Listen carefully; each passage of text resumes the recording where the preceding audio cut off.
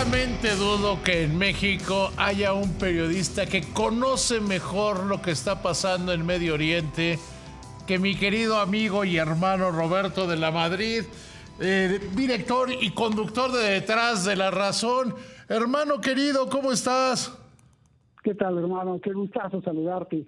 Oye, pues con esas palabras ya hasta vamos a brindar. Gracias. No, Te pues, a agradezco ver, mucho. no conozco a nadie que sepa más de este tema, que lo haya vivido incluso en carne propia, lo que está pasando en Oriente, lo que está pasando en Irán. ¿Por qué no me ayudas a ilustrar al público de lo que está sucediendo?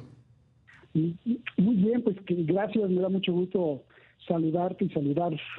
Es cliché, ¿no? A todo el auditorio tuyo, pero bueno, de verdad me da gusto saludarte, aunque sea cliché, a todo el auditorio. Un abrazo. Mira, lo que estamos viendo hoy, de hecho, traté un poco porque es como para dar una cátedra de 2 horas o 3 horas y es muy complejo y muy complicado, pero te lo voy a resumir así para que sea muy sencillito. Lo que vimos hoy es cómo lentamente el mundo se acerca a una guerra abierta en Oriente Medio y que con algunas condiciones en un futuro sí se dan, no quiero decir que vaya a pasar, pero que si se llegan a dar, podría ser un conflicto más que regional en caso de que se den. Pero sí, lo que vemos y lo que vimos el día de hoy, el ataque de Irán a Israel, pues es los pasos a seguir para convertir esto en una guerra abierta. Hasta ahora no hay una guerra abierta, estamos en guerra ya desde hace mucho tiempo, pero no hay una guerra abierta. Y cuando digo estamos en guerra desde hace mucho tiempo, es que después de la Segunda Guerra Mundial, los teóricos de la guerra dijeron que había guerras de quinta generación o híbridas. Entonces tú más que nadie sabes que en la economía pues hemos vivido en una guerra económica, lo cual es parte del diseño militar entre las potencias. Pero bueno. Sí, o sea, parecía que la guerra militar estaba en desuso y se había cambiado por la guerra económica, Exactamente. que es igual de nefasta, digamos. Igual y que al final también termina en guerra militar, porque finalmente son los militares quienes diseñan estas estrategias para atacar un país. Primero con sanciones, primero con presiones, luego con desestabilización, luego con infiltración, luego con golpes de Estado y luego finalmente con una invasión, que es más o menos el modus operandi de Estados Unidos, y no es porque odia a los Estados Unidos, pero sí denuncio y repudio la actitud internacional de los Estados Unidos en referencia a la injerencia que hacen otras naciones. Para cerrar este primer punto, lo que estamos viendo es el resultado también del racismo y de la conducta criminal y genocida de Israel. Esto te puede sonar así como mucho, así como, caray, ¿qué estás diciendo? ¿Lo estás insultando? No, no lo estoy insultando. Lo que pasa es que Israel, desde mi punto de vista, tiene una historia desde su fundación de 1947, después de la Segunda Guerra Mundial, de estar reprimiendo, robando, saqueando, usurpando y extendiéndose, quitándole los terrenos a los palestinos, reconocido por la propia ONU. 5 millones de palestinos fueron expulsados desde hace casi 70 años y no han podido regresar. Y a partir de ahí se enciende el conflicto. Entonces estamos viendo el resultado de un racismo, de una conducta criminal de Israel. ¿Por qué? Porque Israel, cada que puede, bombardea, ataca a lo que ellos dicen terroristas, pero cuando mata a un terrorista se lleva como a 100 o a 200 civiles, sobre todo gente que no tiene absolutamente nada que ver. A partir del 7 de octubre del año pasado, que vamos a cumplir ya un año, Hamas invadió Israel, mató a 1.200 israelíes y se llevó como a 200 rehenes hacia la franja de Gaza. Entonces el mundo dijo, pobrecito de Israel, sí, pero Israel tenía por lo menos 2 décadas cometiendo crímenes todos los días. Yo cubrí la guerra del 2014, donde bombardeó 50 días sin parar misiles a la franja de Gaza y hizo una matazón terrible. Y así, cada rato, está masacrando a los palestinos. Entonces, bueno, no estoy disculpando a Hamas, que también hicieron actos terroristas, pero el problema es que Israel se ha convertido en un monstruo gigante del terror, cosa que en los medios tradicionales no se puede decir porque, bueno, pues hay muchos intereses y más que tú sabes, en lo económico, pues los israelíes mandan mucho en el capital sionista, el capital israelí manda muchísimo en Wall Street, en la banca Rothschild, en la banca Rockefeller. Entonces, es demasiado, la mayoría de los medios controlan justamente esa información y no se habla de esto.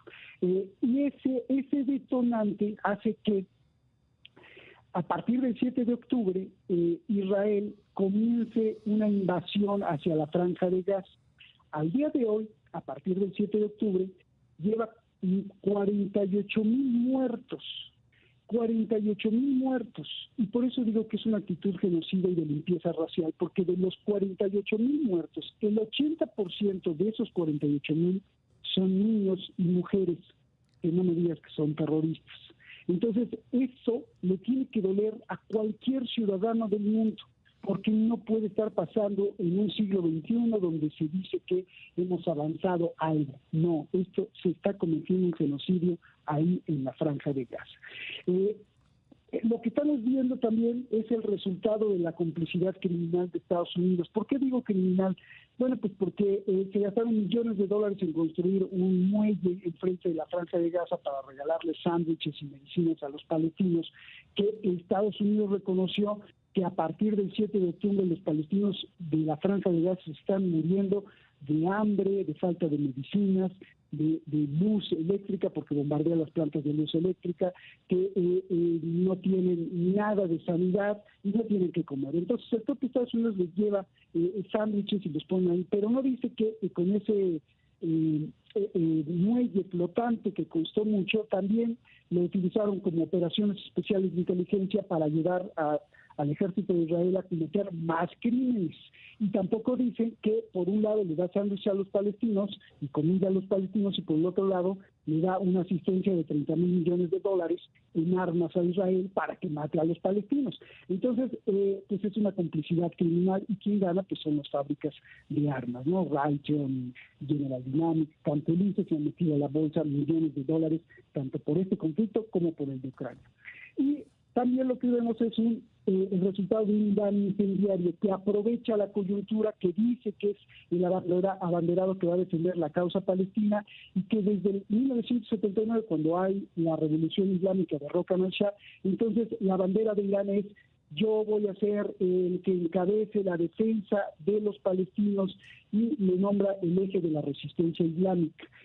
Irán, a partir de entonces, ha financiado, apoyado, entrenado militarmente a todas las facciones que están alrededor de Israel para que esté completamente atacando todos los días a Israel. ¿Por qué? Porque, bueno, si se basan en un derecho histórico, incluida la ONU, de que Israel, pues sí, en la resolución de 1947 escribiera dos estados, el Estado palestino y el Estado de Israel, pero hasta ahora no vemos ningún Estado palestino. Israel todos los días manda prácticamente, manda, fustiga, castiga y mata a los palestinos, incluso en Cisjordania, donde tendría que tener la autoridad nacional palestina. Entonces, bueno, ya te puse en contexto todo. ¿Por qué ataca Irán hoy? Bueno, Irán ataca el día de hoy porque, como es el artífice y el que encabeza el eje de la resistencia islámica, que involucra a Yemen, a los hutíes de Yemen, que involucra a las milicias de Irak, que son chiíes, recuerda que hay musulmanes chiíes, que involucra sobre todo y más que todo a su brazo más poderoso militar, que es Hezbollah. Hezbollah, el partido de Dios en el Líbano, es una fuerza política y militar superpoderosa. De hecho, es el ejército paramilitar o el ejército paralelo en un estado más poderoso del mundo, porque creció tanto el poder de Hezbollah a nivel político que desarrollaron una ala militar que es más poderosa incluso que el ejército propio del Líbano. Tienen misiles y todo esto ha sido entrenado y financiado por Irán.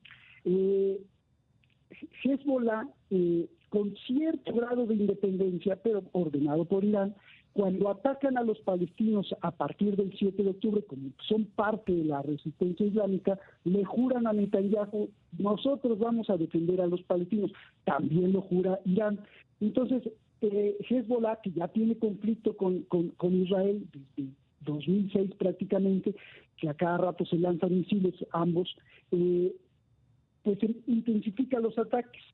Y Netanyahu, que tiene una mente criminal, que está loco, que dice vamos a matar a los terroristas, y si tú te fijas del 7 de octubre hasta ahora, lo ha acabado con Hamas, pero ha deshecho la franja de Gaza del norte hasta Rafah, que es el sur, y ahí tiene arrinconado a más de 1.200.000 personas. Imagínate tú que has soñado con construir tu casa y de pronto tienes que abandonar tu casa, salir corriendo, y las estadísticas nos muestran que han abandonado los palestinos en la franja de Gaza 10 veces su casa o 10 veces cualquier lugar donde han puesto su tiendita de campaña para poder sobrevivir, y aún así Netanyahu sigue arrasando y avanzando hasta el sur de la franja de Gaza.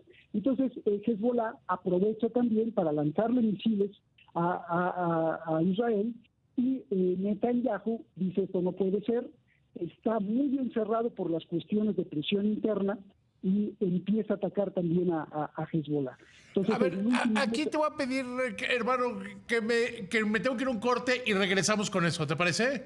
Lo que tú quieras, córtame porque, o sea, te digo, es muy complejo. No, lo estás explicando re bien, pero tenemos que irnos a un corte. Ahorita seguimos platicando.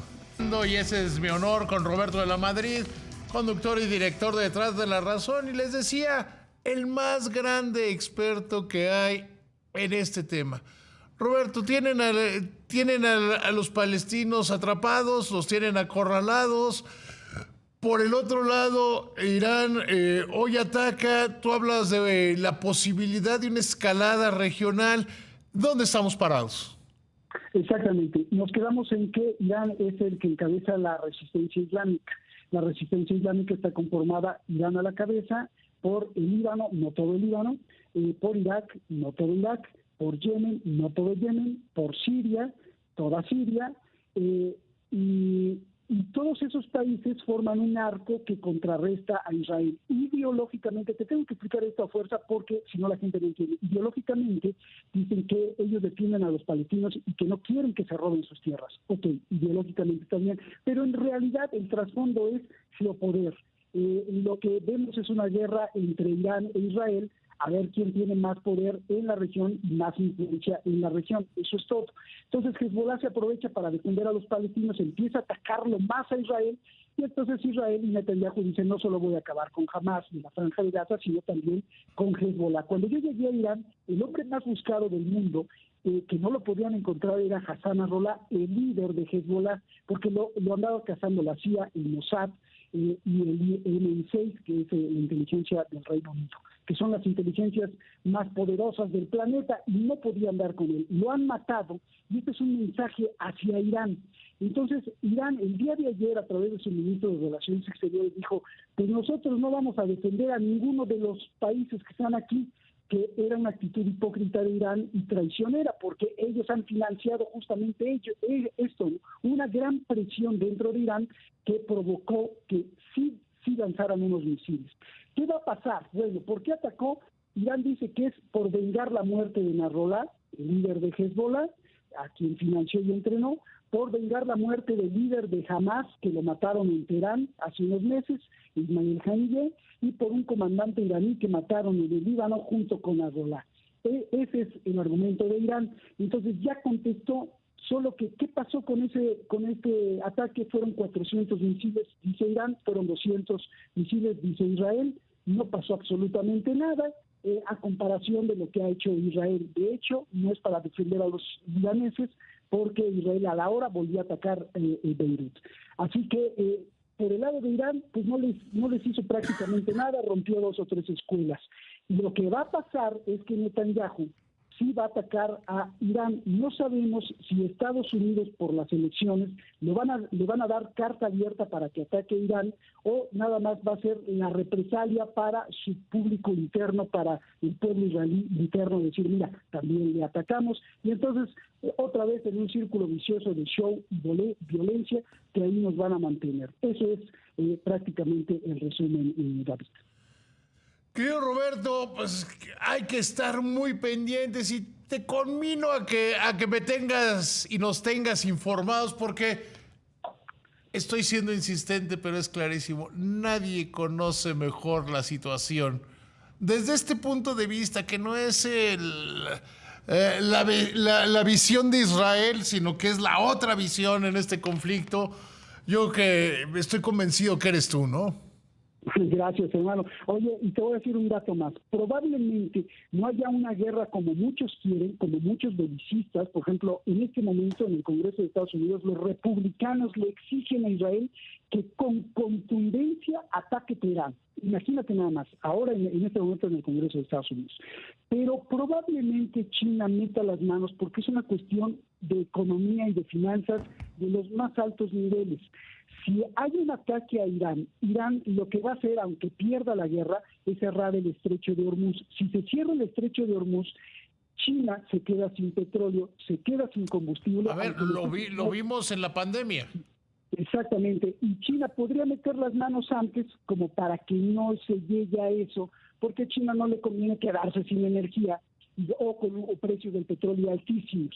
Entonces, igual por ahí los capitales, el dinero manda, David. Entonces, por ahí puede decir, bueno, ya Israel también hablar, todas estas son conversaciones que no van a salir en público, pero que los vemos en el acto, ¿no? O sea, cuando vemos los actos decimos, bueno, esto ya fue acordado. Entonces, a lo mejor contesta Israel moderadamente y hasta ahí se acabó. Y mientras, Israel va a continuar masacrando a los palestinos y a los libaneses, y el problema no fue el ataque de hoy, sino quién va a parar a Netanyahu.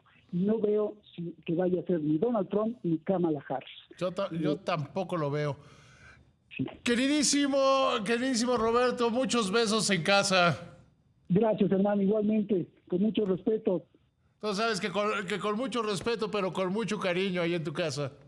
Y te quiero mucho, hermano. Cuídate mucho. Yo te quiero mucho y te agradezco Gracias. muchísimo. Cuídate. Que te vaya muy bien.